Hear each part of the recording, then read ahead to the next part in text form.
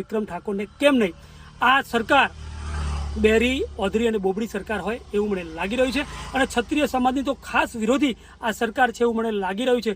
એટલે હું ક્ષત્રિય સમાજોને વિનંતી કરું છું કે વિક્રમ ઠાકોરને દરેક જિલ્લાએ આપણા ક્ષત્રિયો ભેગા થઈને સન્માન આપવું। બધા લોકોને ખબર છે કે અત્યારે સોશિયલ મીડિયાની અંદર ઠાકોર સમાજનો વિવાદ ચાલે છે। આ વિવાદની અંદર વિક્રમ ઠાકોર, તમને બધા લોકોને ખબર છે કે બધા જ મોટા મોટા કલાકારોને વિધાનસભામાં બોલાવવામાં આવ્યા હતા, પરંતુ વિક્રમ ઠાકોરને ન બોલાવતા વિક્રમ ઠાકોર પોતે નારાજગી વ્યક્ત કરીને ખુલ્લેઆમ મિત્રો વાત કીધો લડી લેવાના મૂડમાં છે। કારણ કે તેમની સાથે એ થયું છે, તેને એવું કહ્યું છે કે ભાઈ મને તો નહીં, પરંતુ ઠાકોર સમાજના એક પણ કલાકારને ન બોલાવવામાં આવ્યા। શા માટે મિત્રો ઠાકોર સમાજ સાથે આવું કરવામાં આવ્યું છે?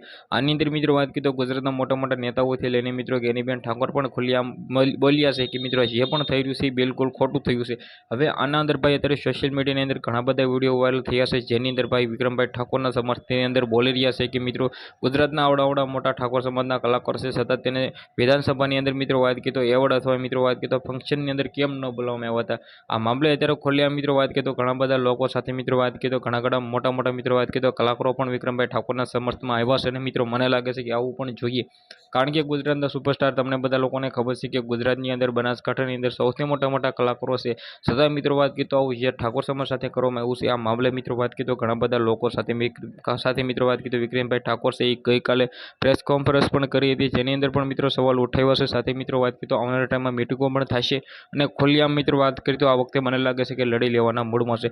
બાકી આ વિડીયો વિશે તમે શું કહેશો? વિડીયોને શેર કરીને સબસ્ક્રાઈબ કરવાનું ભૂલો નથી। આજના વિડીયોમાં આટલી જ માહિતી।